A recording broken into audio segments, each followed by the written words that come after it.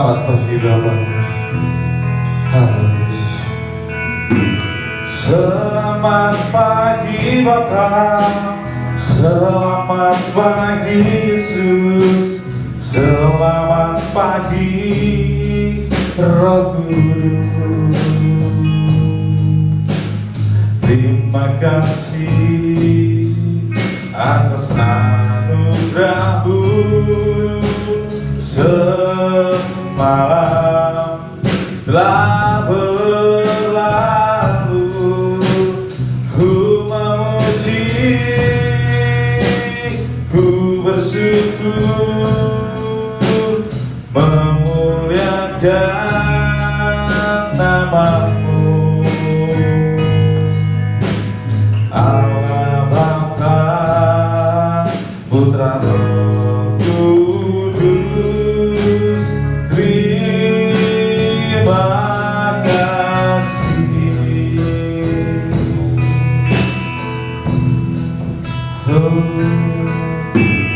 Selamat pagi Bapak, selamat pagi Yesus, selamat pagi Roh Kudus. Terima kasih atas anugerah-Mu. Semalam telah berlalu, ku memuji, ku bersyukur, memuliakan nama-Mu. Allah Bapa, Putra Roh Kudus, terima kasih. Ku memuji, ku bersyukur,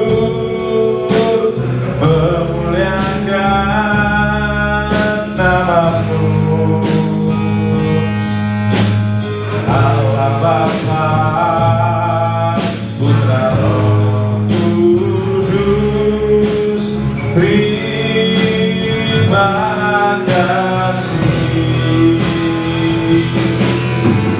Ku memuji, ku bersyukur, memuliakan nama-Mu. Allah Bapa, Putra Roh Kudus, terima kasih. Allah Bapa, Putra Roh Kudus, terima kasih. Allah Bapa, Putra Roh Kudus, terima kasih.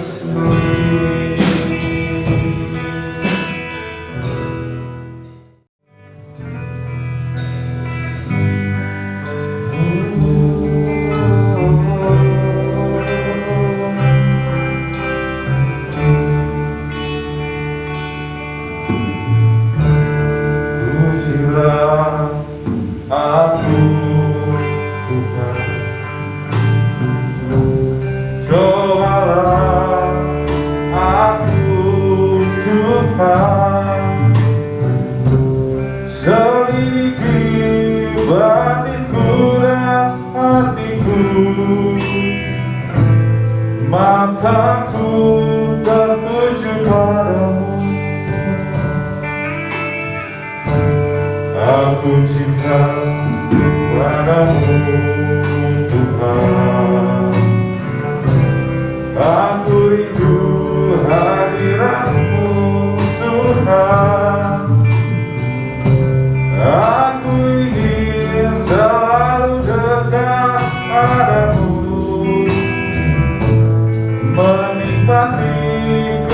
kehadiran-Mu. Ku nyanyi Hosana bagi Rajaku yang duduk di tahta. Aku muliakan dan ku agungkan, Kau layak disembah. Pujilah aku Tuhan, cobalah aku Tuhan, selidiki batinku dan hatiku. Mataku tertuju padamu, aku cinta padamu Tuhan. Aku rindu hadirat-Mu Tuhan. Aku ingin selalu dekat padamu, menikmati kehadiran-Mu. Ku nyanyi Hosana bagi Rajaku yang duduk di tahta. Aku muliakan dan ku agungkan, Kau layak disembah. Ku nyanyi Hosana bagi Rajaku yang duduk di tahta. Aku muliakan dan ku agungkan, Kau layak disembah. Kau layak disembah. Kau layak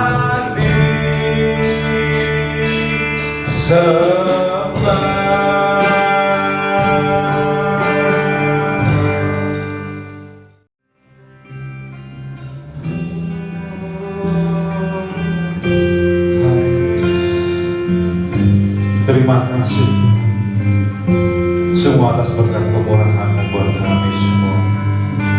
Haleluya. Kau hiasi kehidupanku, kemurahan-Mu. Kau rancangkan masa depanku penuh dengan harapan. Aku ada saat ini, semuanya karena kasih-Mu.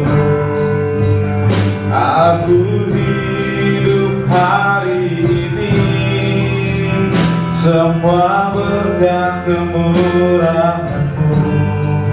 Terima kasih Yesus, Engkau sangat baik, teramat baik bagiku.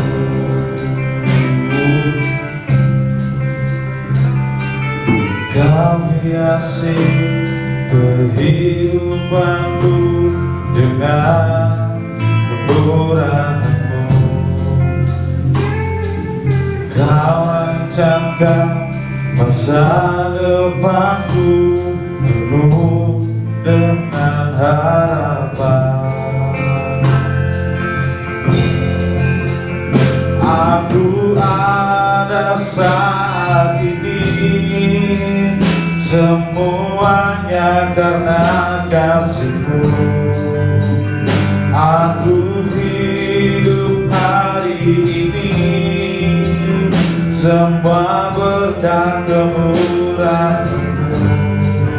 Terima kasih Yesus, Engkau sangat baik, teramat baik bagiku.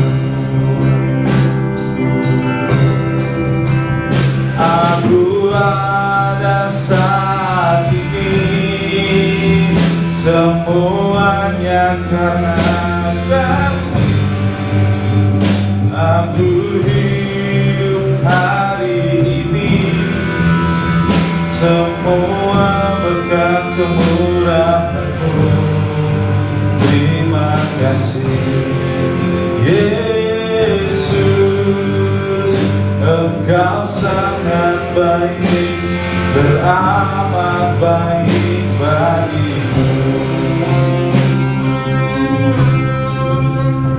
Aku ada saat ini semuanya karena kasih-Mu. Aku hidup hari ini semua berkat kemurahan-Mu. Terima kasih Yesus, Engkau sangat baik, teramat baik bagiku. Engkau sangat baik, teramat baik bagiku. Engkau sangat baik, teramat baik bagiku.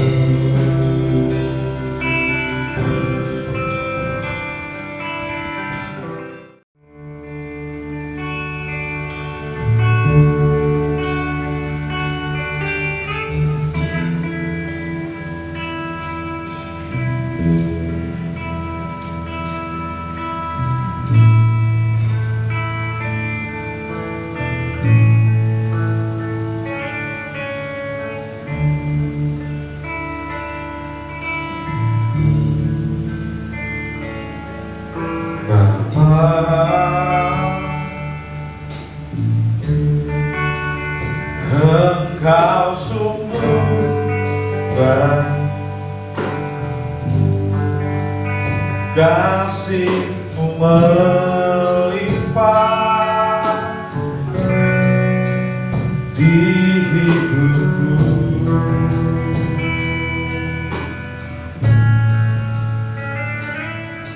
Bapa,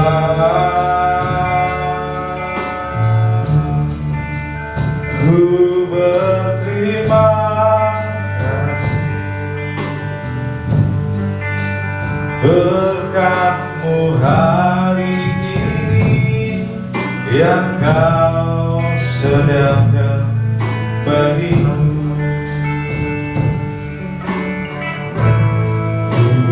Naikkan syukurku buat hari yang Kau beri, tak habis-habisnya kasih dan rahmat-Mu.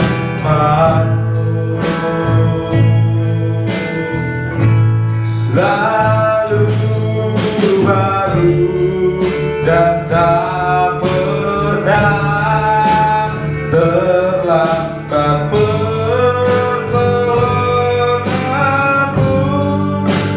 Besar setia-Mu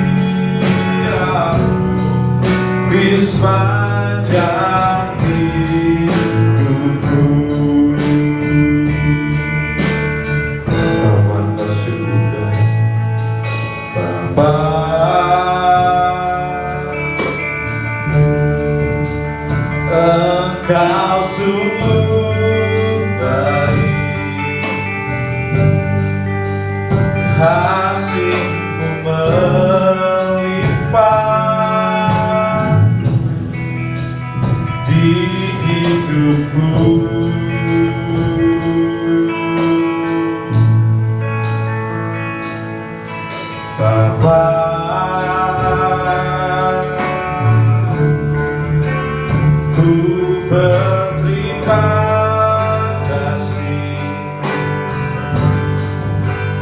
berkat-Mu hari ini yang Kau sediakan bagiku.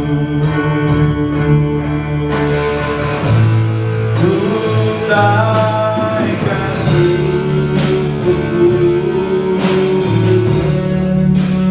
buat hari yang Kau beri. Tak habis-habisnya kasih dan rahmat-Mu, selalu baru dan tak pernah terlambat pertolongan-Mu.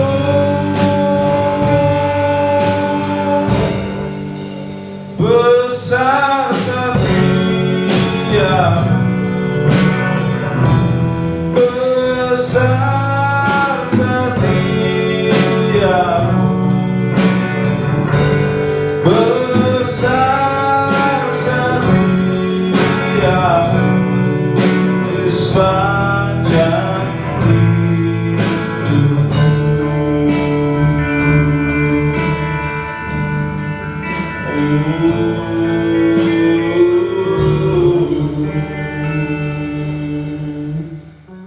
Bersyukur kepada Tuhan Yesus Kristus, oleh karena kita sudah melewati peringatan kenaikan Tuhan Yesus ke surga, dan kita sudah tiba hari perhentian Tuhan, Sabat Tuhan, hari Minggu kita. Itu sebabnya kita boleh mengadakan ibadah raya dengan penuh kegembiraan kepada Tuhan. Kita akan berdoa supaya kita boleh menerima kebenaran firman Tuhan. Tuhan Yesus Kristus, terima kasih Engkau memberkati kami, Engkau menopang kami Tuhan. Hari-hari yang kami lalui, yang kami jalani, terus disertai oleh Tuhan. Berkati kami Tuhan, tuntun kami, supaya kami boleh berkemenangan di dalam Tuhan.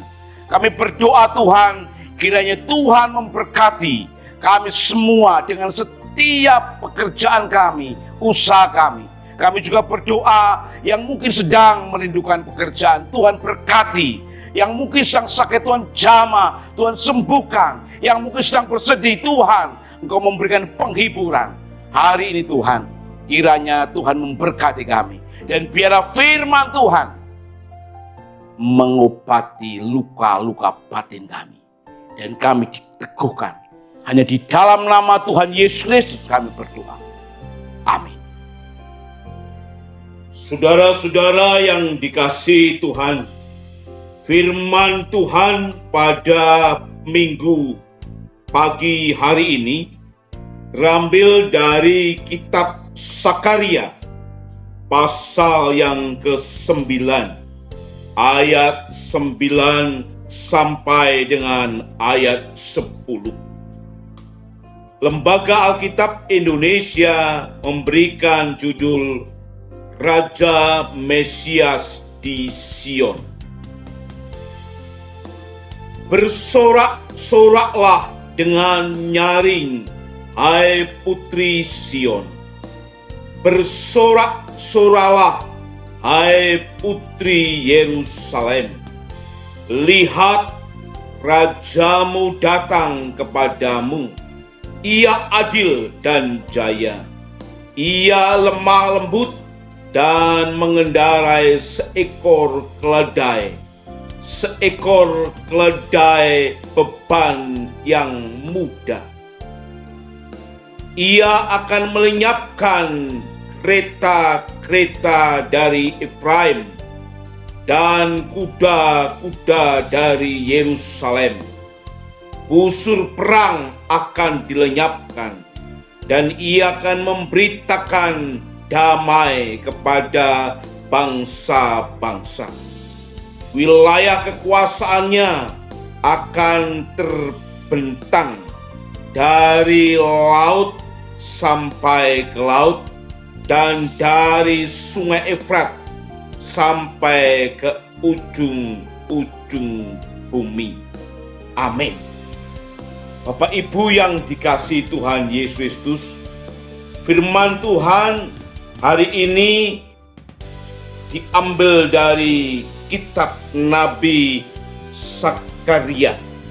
Saudara-saudara, kalau kita perhatikan bersama-sama, kitab Nabi Sakaria dilatar belakangi dari orang-orang buangan yang diberikan izin oleh Raja Kores untuk kembali ke Yerusalem, membangun bait Allah dan membangun kota Yerusalem. Namun demikian, saudara-saudara, mereka rupanya sudah tidak ada gairah, tidak ada semangat, tidak ada kekuatan lagi untuk membangun. Oleh karena apa? Mereka melihat dirinya sang kecil. Mereka tidak paham tentang pengharapan yang daripada Tuhan. Itu sebabnya Nabi Sakaria memberikan semangat, memberikan kekuatan kembali, menyerukan bahwa di dalam Tuhan ada pengharapan, oleh karena Tuhan yang menolong dan mengangkat mereka. Itu sebabnya Sakaria melayani Tuhan pada tahun 520 sampai 518 sebelum Masehi. Itu sebabnya saudara, Sakaria sungguh-sungguh berseru-seru kepada orang Israel untuk mereka kembali diteguhkan semangat dalam melayani Tuhan. Saudara, kalau kita perhatikan tadi dalam Sakaria pasal yang ke-9 menyatakan tentang siapakah Mesias yang ditunggu-tunggu oleh orang Israel. Nabi Sakaria sedang menjelaskan bagi umat Allah bagaimana Allah akan memberkati umatnya dengan seorang raja besar, dengan pemerintahannya yang shalom, yang damai, yang luas, dari laut ke laut, dan bahkan ujung-ujung bumi. Dan raja ini tidak seperti semua raja lainnya, melainkan akan membawa kedamaian bagi dunia, akan mengusir kuda perang dan menghancurkan perisai dan pedang yang sering digunakan sebagai alat-alat pertempuran. Saudara-saudara yang dikasihi Tuhan Yesus Kristus, mari kita kembali kepada firman Tuhan. Sakaria pasal yang ke-9, ayat yang ke-9. Bersorak-soraklah dengan nyaring, hai putri Sion. Bersorak-sorailah, hai putri Sion. Lihat, rajamu datang kepadamu. Ia adil dan jaya. Ia lemah lembut dan mengendarai seekor keledai. Seekor keledai beban yang mudah. Saudara-saudara, kita perhatikan. Lihat rajamu. Kita perhatikan kata rajamu.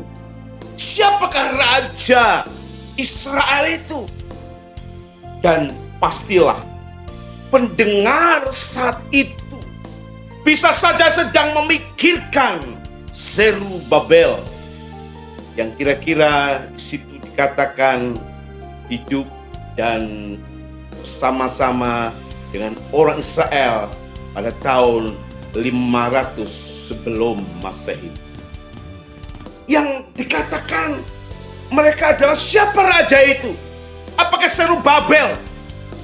Yang sesungguhnya bukan raja, melainkan gubernur yang ditunjuk oleh Raja Darius penguasa Persia. Karena apa saudara? Kerajaan Israel pada saat itu adalah yang terkecil yang pernah ada. Berapa komentar teologi menggambarkannya, yaitu kekuasaan Israel itu hanya membentang 30 mil kali 30 mil. Utara, selatan, timur, dan barat. Dan populasinya mungkin berjumlah sedikitnya 50.000 jiwa.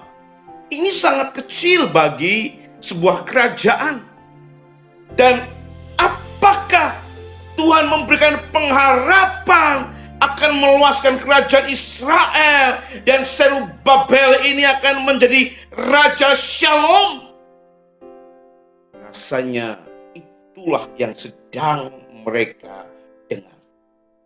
Tapi rupanya Zakaria sedang melihat jauh. Tentang siapa? Tentang raja yang sesungguhnya. Itu sebabnya raja yang dimaksud adalah raja mesianik. Apa itu mesianik? Suatu pemahaman terkait penyelamatan orang Yahudi dari penindasan. Sebabnya ditujukan kepada juru selamat yang sesungguhnya, yaitu Tuhan Yesus Kristus. Jadi raja yang dinubuatkan itulah yang dimaksud Tuhan Yesus Kristus.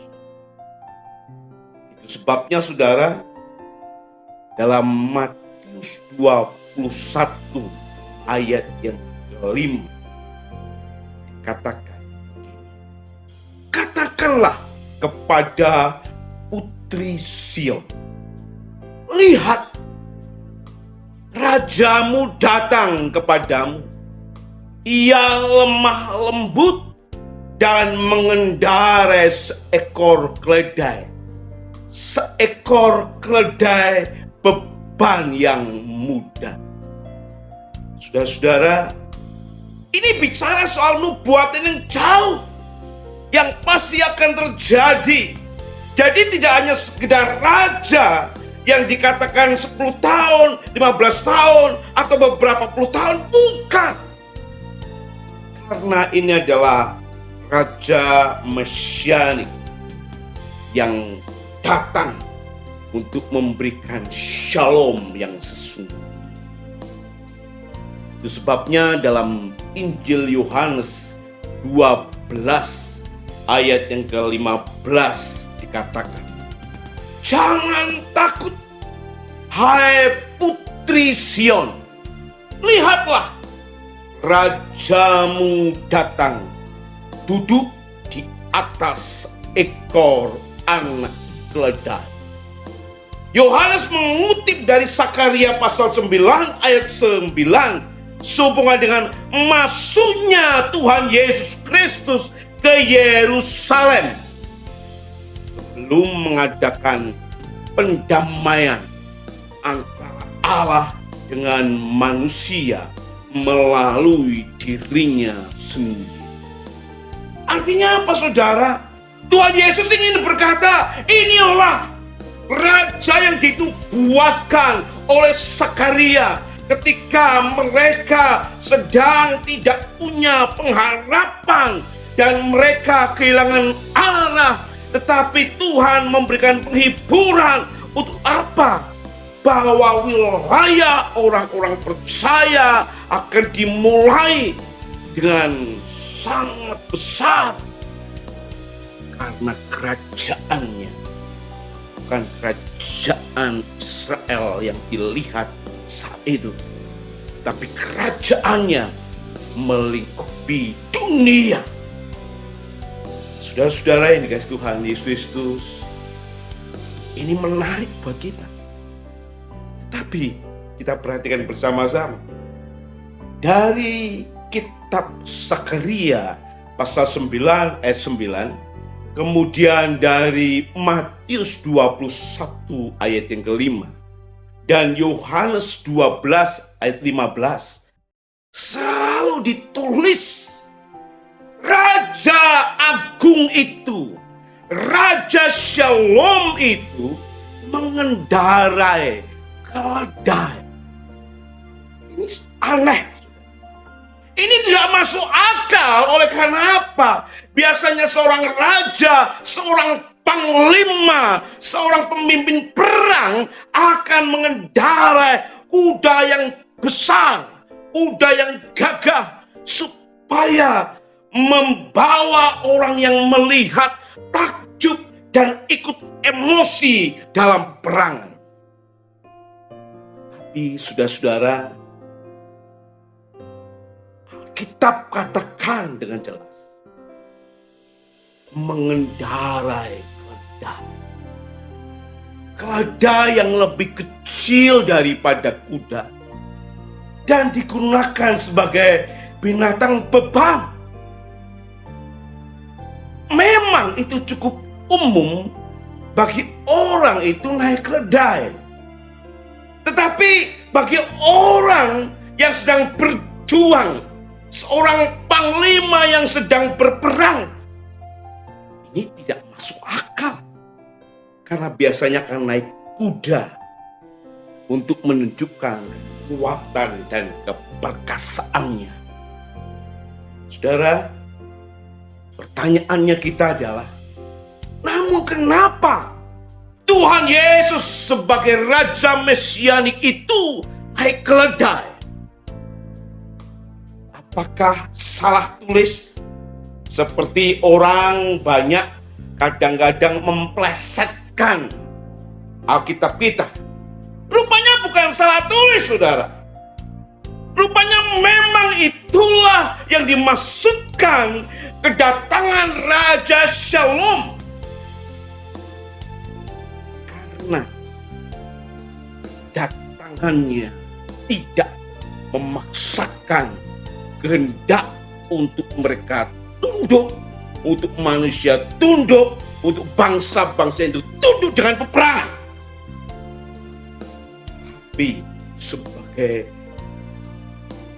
kedatangannya untuk mengadakan pendamaian.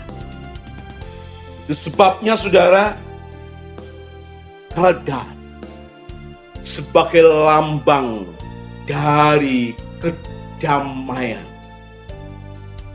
Karena kedatangan Tuhan Yesus membawa kedamaian bagi umat manusia dengan jalan mengorbankan dirinya sebagai pengganti dosa manusia.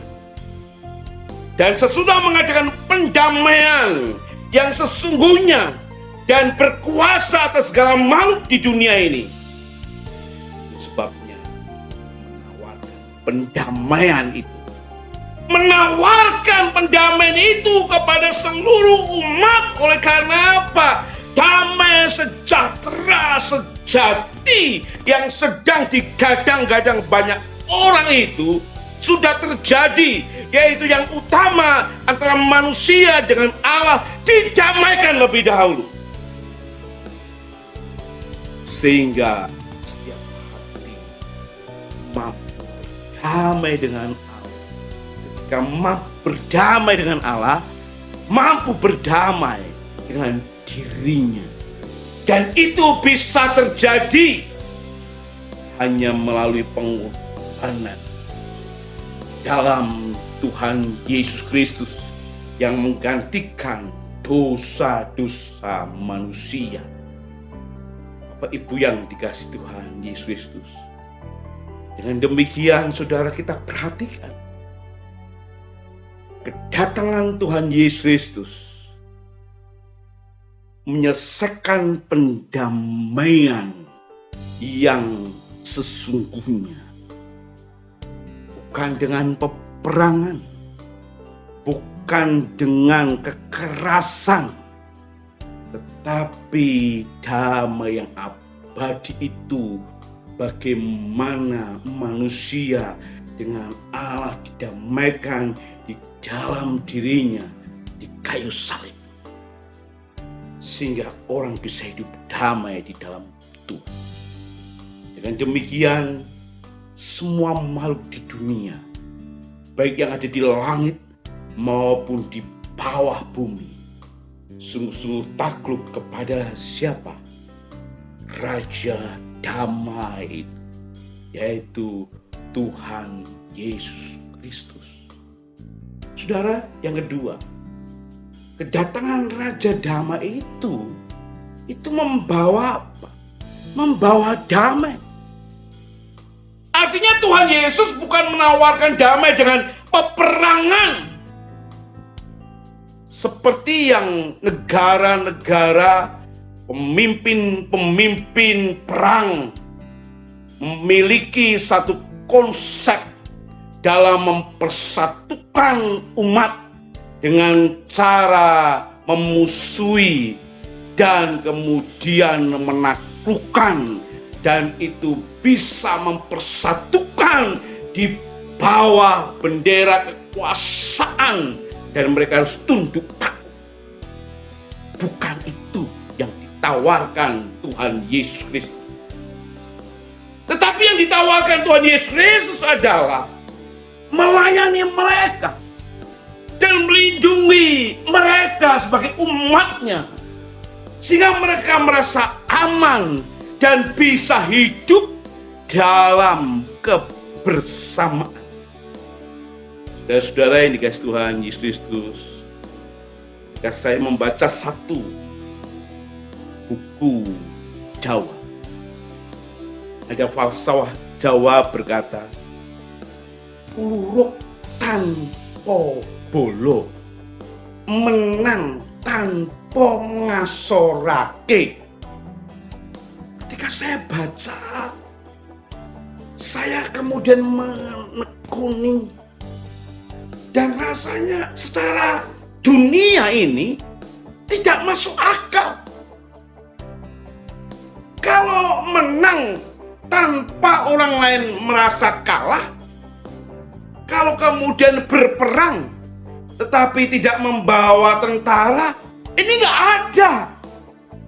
Dalam kepemimpinan perang pun nggak ada. Kalau mau perang, ya berarti membawa tentara yang banyak. Dan kalau mau menang, yaitu berarti memusuhi mereka dan mengalahkan mereka, dan mereka harus tunduk. Bukankah itu yang menjadi pemahaman daripada pemimpin-pemimpin perang? Tapi pemahaman orang Jawa ini sepertinya nggak mungkin. Kalau nguruk tanpa bolo, mengajak perang tanpa tentara, dan kalau menang tanpa orang lain merasa rendah, nggak mungkin. Tetapi rupanya ketika saya membaca firman Tuhan ini rasanya sangat cocok. Kenapa, saudara? Karena Tuhan Yesus Kristus datang ke dunia, tidak mengalahkan bangsa-bangsa itu bersatu di bawah bendera Kristus Yesus, bukan. Tapi menawarkan keselamatan abadi, menawarkan perlindungan abadi, supaya umatnya aman dan hidup dalam kebersamaan. Itu ditawarkan. Dari Kristus. Itu sebabnya dalam Sakaria 9 ayat 10 dijelaskan demikian. Ia akan melenyapkan kereta-kereta dari Efraim dan kuda-kuda dari Yerusalem. Busur perang akan dilenyapkan, dan ia akan memberitakan damai kepada bangsa-bangsa. wilayah kekuasaannya akan terbentang dari laut sampai ke laut, dan dari sungai Efrat sampai ke ujung-ujung bumi. Zakaria 9 ayat 10. Saudara, apa yang dimaksud dengan firman Tuhan berbicara tentang Efraim? Efraim adalah anak kedua dari Yusuf, dan keturunannya tinggal di kerajaan Israel Utara, khususnya sebelah barat Sungai Yordan, termasuk Betel dan Sikem. Itu sebabnya Efraim itu menjadi lambang dari kerajaan Israel Utara.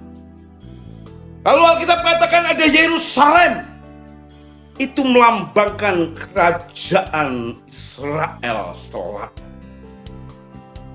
Kita ketahui bersama-sama, setelah Raja Salomo yang besar itu jatuh dalam dosa, Alkitab berkata jelas, dan kitab-kitab Yahudi juga berkata demikian, Salomo jatuh dalam dosa. Itu sebabnya sejarah berkata Israel pecah jadi dua, Israel Utara dan Israel Selatan. Tetapi sekarang saudara, dalam kitab Nabi Zakaria, ketika melihat jauh ke depan sana, rupanya kerajaan utara dan kerajaan selatan akan disatukan lagi. Artinya tidak ada lagi kerajaan Israel Utara dan Selatan. Yang adanya kerajaan yang bersatu. Ini pengharapan besar. Ini menjadi kekuatannya yang besar. Oleh karena apa? Mereka boleh bersatu lagi. Dan saudara-saudara yang dikasihi Tuhan Yesus Kristus, persatuan mereka bukan karena utara mengalahkan selatan, selatan mengalahkan utara. Bukan. Kenapa? Karena kereta, kuda, dan busur pertempuran akan dilenyap. Mesias, Raja yang akan datang, akan menghapus alat-alat perang. Dan sekarang berbicara damai. Rupanya damai kepada bangsa Israel Utara dan Selatan, dan juga damai kepada bangsa-bangsa.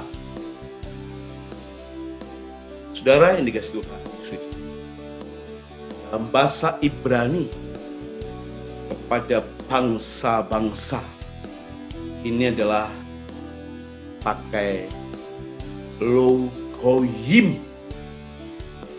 Logoyim ini sering digunakan untuk orang yang bukan Yahudi.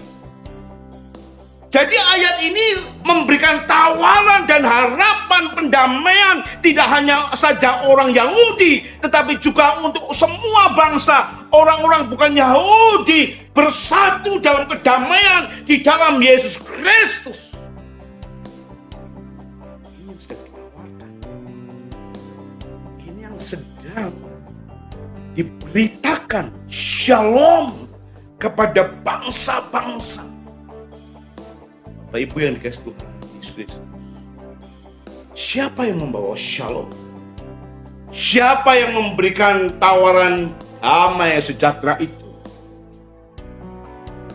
Tuhan Yesus Kristus.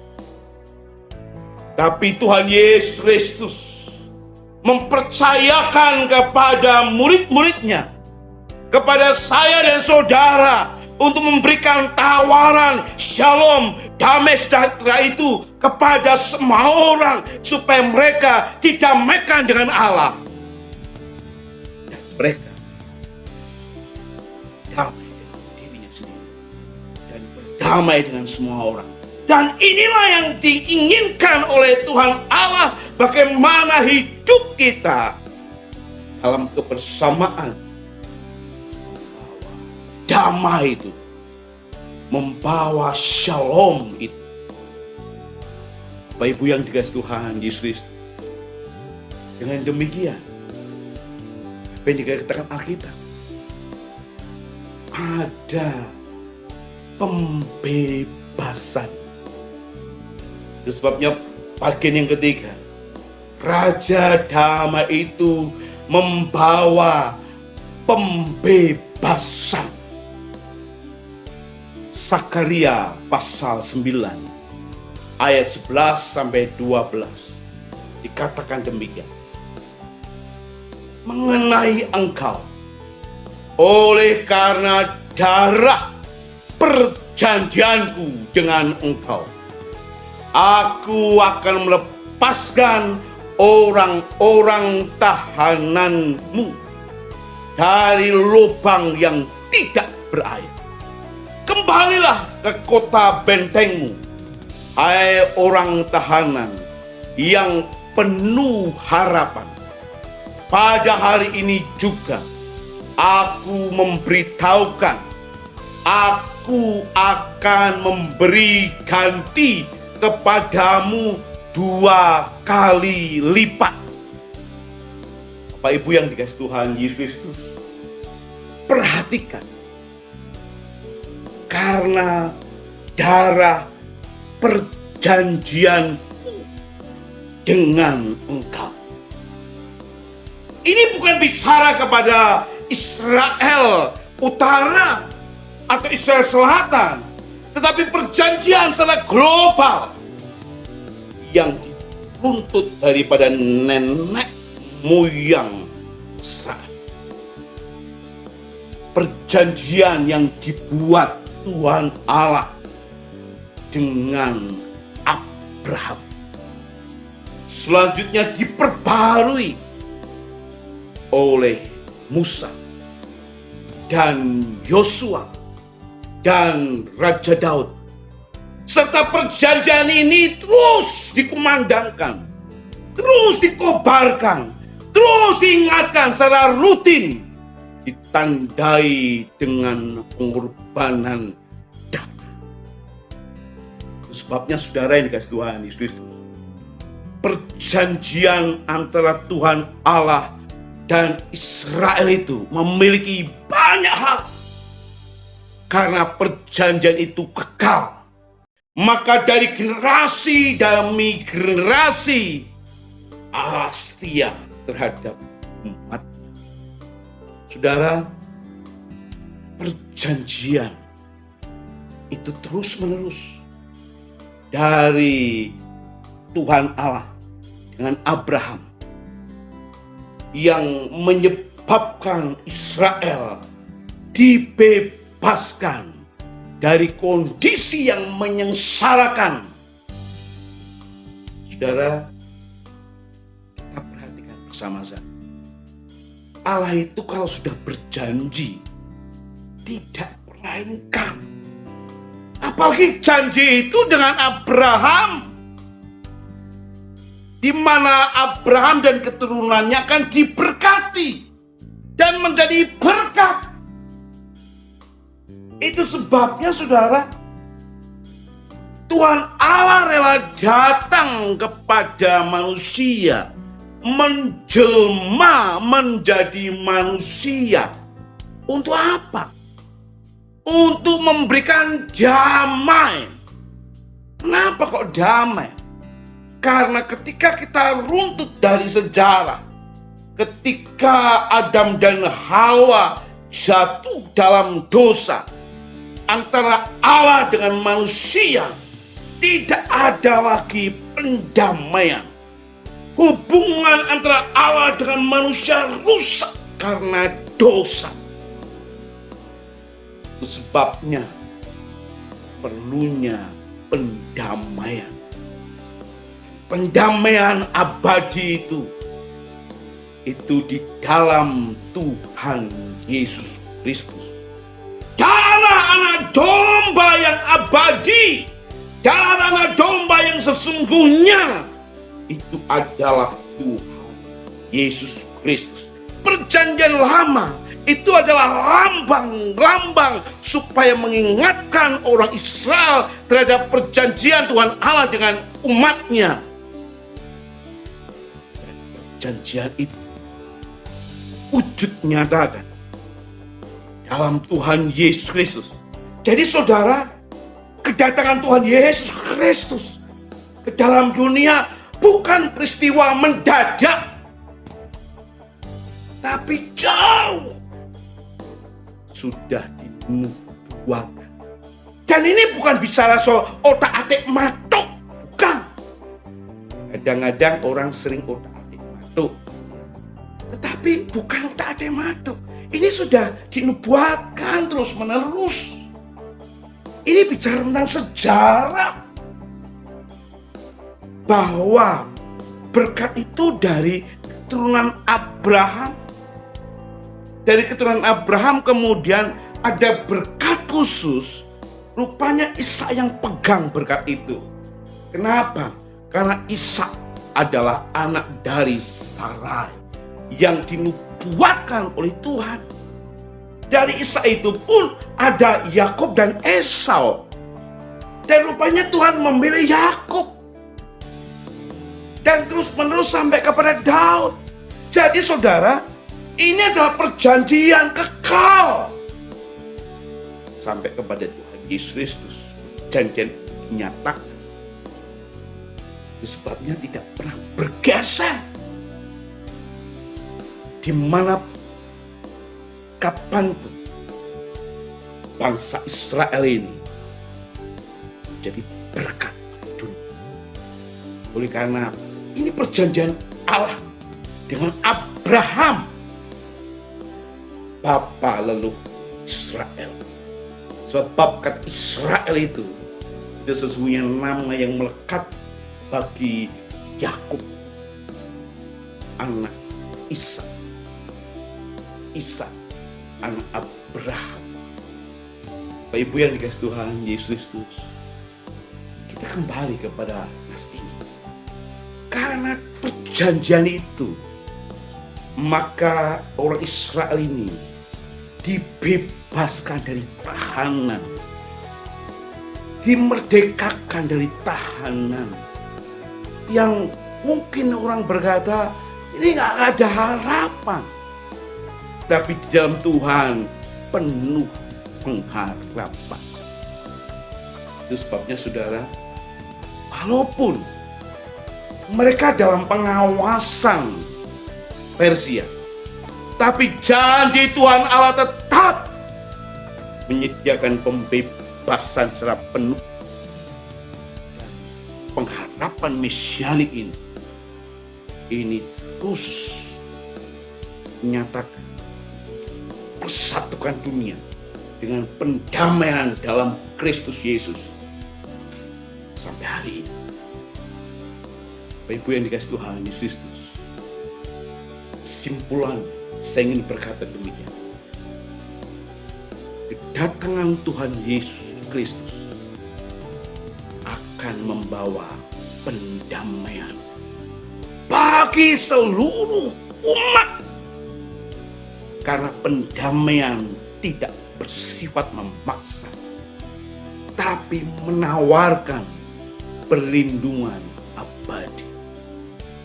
Dan sebabnya wilayahnya adalah seluruh dunia. Perlu diberitakan tentang pendamaian abadi itu. Pendamaian yang sesungguhnya antara Tuhan Allah dengan manusia didamaikan dengan darah Kristus Yesus. Itu sebabnya saudara, kalau hari Kamis yang lalu kita sudah ibadah dalam kenaikan Tuhan Yesus Kristus ke surga. Dan apa pesan yang khusus? Kita harus menjadi saksi. Hari ini kita menjadi saksi dari pendamaian itu. Dan kita menawarkan, kita memberitakan tentang pendamaian itu bagi seluruh umat. Semangat dalam melayani Tuhan untuk kemuliaan nama Tuhan. Amin. Tuhan Yesus memberkati kita. Pada Tuhan Yesus, hari ini kami berdoa Tuhan untuk seluruh jemaat-jemaat Tuhan yang bekerja. Tuhan memberkati, yang terus berusaha dengan segala keaktifan mereka. Tuhan juga berkati. Yang mungkin kekurangan, Tuhan Engkau menolong mereka. Yang sakit Tuhan jamah, yang sedang ada masalah, mari Tuhan beri penghiburan buat mereka. Berkati kami semua Tuhan. Kami berdoa di dalam nama Tuhan Yesus Kristus. Semua dicukupkan oleh Tuhan. Bahkan Tuhan memberikan satu kelebihan oleh karena Tuhan bersama dengan kami. Berkati kami Tuhan. Tuhan memberkati saudara dan melindungi saudara. Tuhan menyinari saudara dengan wajahnya dan memberi kasih karunia. Tuhan menghadapkan wajahnya bagi saudara dan memberi damai sejahtera. Di dalam persekutuan Allah Bapa, Yesus Kristus serta Roh Kudus, pulanglah dan tetap tinggal di rumah, dan Tuhan memberikan damai sejahtera. Amin.